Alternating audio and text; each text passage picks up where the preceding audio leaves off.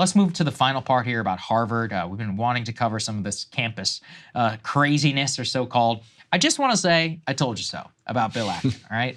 I can say it every time, but every time we get vindicated, this is just the most perfect example to me. So if we'll all recall, Bill Ackman, the billionaire hedge funder, who's done some very questionable practices whenever it comes to SPACs and to crashing the market after COVID. There's a lot of discussion. We can put that off to the side. Just, giving people context about how a man became worth $4 billion. I've done it before. Yeah, maybe I'll do it again.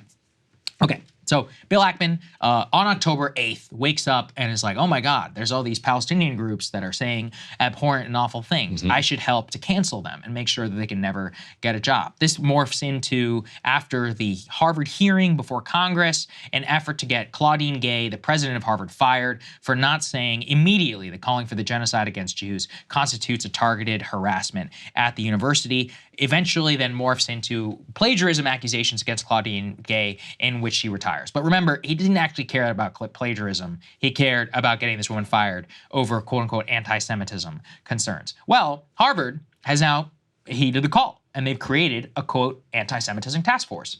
But now, let's put this up there. This is pretty amazing. Bill Ackman and Larry Summers, former president of Harvard, are now decrying the choice of Derek J. Penzler, who is a professor of Jewish history and is Jewish himself, as the leader of an anti-Semitism task force. Will you guess why, Ryan? Because, quote, he helped to lead a panel which had signed a letter that was critical of Israel, describing it as a regime of apartheid for its treatment of Palestinians. Now, this is very, very important here, because what they are saying is that this man, who is a Jew, a professor of Jewish history, and who is leading the anti-Semitism task force himself, is not a proper person to lead the anti-Semitism task force because he has been critical of Israel. Okay, so not that he's anti-Semitic himself, but they are saying that criticism of Israel equals anti-Semitism.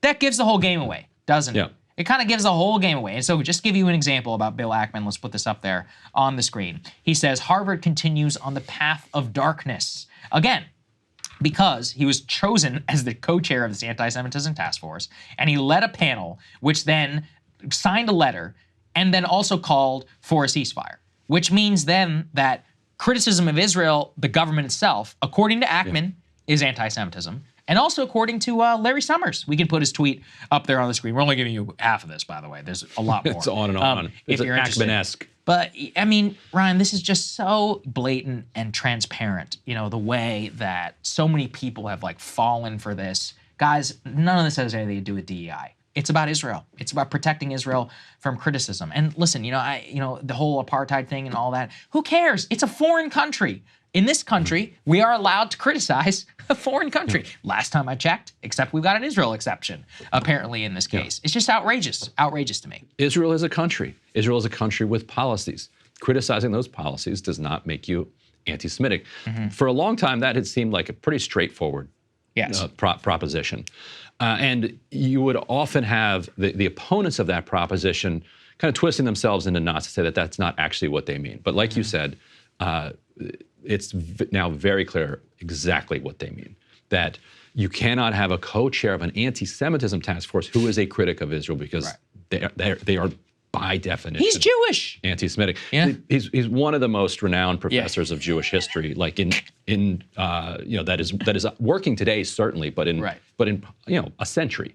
And to call him anti-Semitic is flatly absurd. And the apartheid question is an interesting one too, because apartheid means that you have different rights, within the borders of a country, depending on your ethnicity or your religion.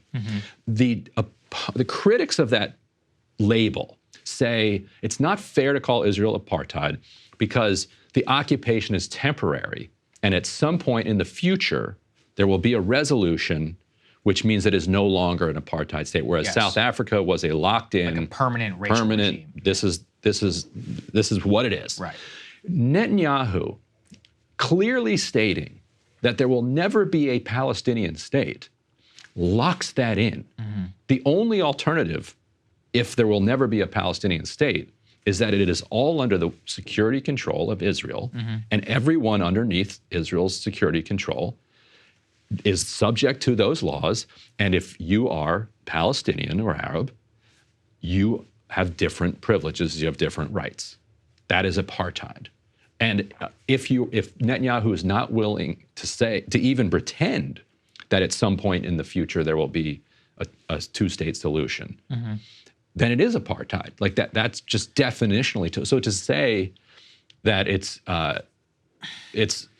anti-Semitic and out of bounds to say that for a Jewish historian who knows the history is to demand ignorance of your panelists. Look, I haven't even thought about it that much because I honestly think that some of these rhetorical battles are irrelevant. It's like, look, are the Palestinians treated worse than Israeli citizens? It's like, yeah, definitely. Okay, I can tell you that from having seen it with my own eyes. I don't know. You can call it whatever you want. I don't care. Oh, I agree. The whole point is just that. I agree. I mean, we get, it devolved into all of these rhetorical battles, and it's not, and it is. Like, listen, this is all irrelevant. The whole point is about, are you allowed to say what you want in the United States of America? Right. And the answer should be yes. Yeah, if you're a scholar of Jewish history and you want to say that, if you are a scholar of Jewish, listen, I hate some of these scholars, all right? This man and I would probably hate each other. We would hate over DEI, over so much. And as long as he defended my right to be able to criticize him and vice versa, we're cool, man. The professor and I. But that's the problem, is that people are not actually properly implying these principles whenever they're talking, out of both sides of their mouth. This is about Israel, period. At the same time, we have a very strange situation at Columbia University. We have some video, actually, we can play here, of 2 Columbia University students who were allegedly sprayed with something called skunk spray, which is apparently used on Palestinians in the West Bank by Israeli forces. It is, quote, known to cause nausea, abdominal pain, and vomiting. And this is self-reported from some of these protesters, but appears to have some verification with their symptoms. Columbia University actually responded to these allegations. We can put this up there, please. They say that the Department of Public Safety is working with the local and federal authorities to investigate some of these incidents. Ryan, you guys had an Intercept story on this. Could you break it down for us and just tell us a little bit about what you guys found? Yeah, we can put this up in post. My colleague Prem Tucker his piece's headline, Columbia scolds students for, quote, unsanctioned Gaza rally where they were attacked with chemicals. And the allegation is that 2 of these students are former IDF soldiers, and so would be familiar with the use of skunk spray. There's been some confirmation, at least, of that one of them was. You've had at least, the 2 were attacked, but you had dozens. You were kind of sickened by this pretty intense chemical spray. And it wasn't until Prem's story went up that Columbia finally sent out a new statement. Like that first statement that they put out was— So what do they say? They were concerning incidents. Now they're saying that they're looking into it, like that there's going to be an investigation. If anybody has concerns, they should reach out. Like taking it a little bit more seriously than they were before. It felt like the Columbia administration was kind of hoping that the press just wouldn't cover this, and that we were the first news outlet to cover it is kind of shameful because, and also hypocritical. That if this happened in reverse, right, where what's his name, Shai Davidson, has been making a huge name for himself as this Columbia business professor or associate professor, adjunct or something, who is saying he feels deeply unsafe on campus and urging all of these students to be disciplined.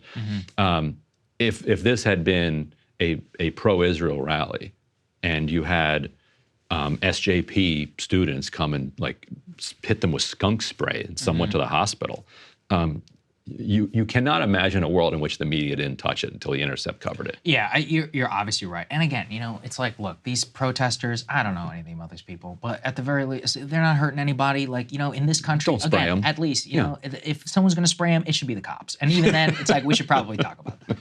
It's like, just get to spray people unless they're attacking you. And when you do, it's like, what is happening here? Like, how is there not, again, some outrage? It's nuts to me. We're not applying proper principles. I mean, for right-wing people, you want MAGA folks to be sprayed in the face, like with skunk spray by agent of like the Ukrainian military or something? That would be nuts. That would genuinely be nuts. Or what if we had like a Russian student? Exactly. and there's like a pro-Ukraine rally. Well, I'm sure the media would condone that. They call it an act of self-defense or something. But that's my whole point, is that you're not supposed to selectively, apply some of this stuff. So the campus craziness continues. It certainly does, and we will continue to keep you guys updated. Ryan, it's been great talking with you, man. We will be together tomorrow morning. See you in the morning. For the Counterpoints, Breaking Points crossover reaction to the New Hampshire primary, in which the whole team will be here, with Crystal also joining us remotely. And thank you all very much for joining us. We really appreciate you. Got the discount going on now if you can help us out, breakingpoints.com. Otherwise, I'll see you tonight. I'll see you tomorrow. I'm going to see you all the time. All right, see you. See you tomorrow morning. Hey guys, if you like that video, go to breakingpoints.com, become a premium subscriber, and help us build the best independent media organization on the planet. That's right. We're subscriber funded. We're building something new. We want to replace these failing mainstream media organizations. So again, to subscribe, it's breakingpoints.com.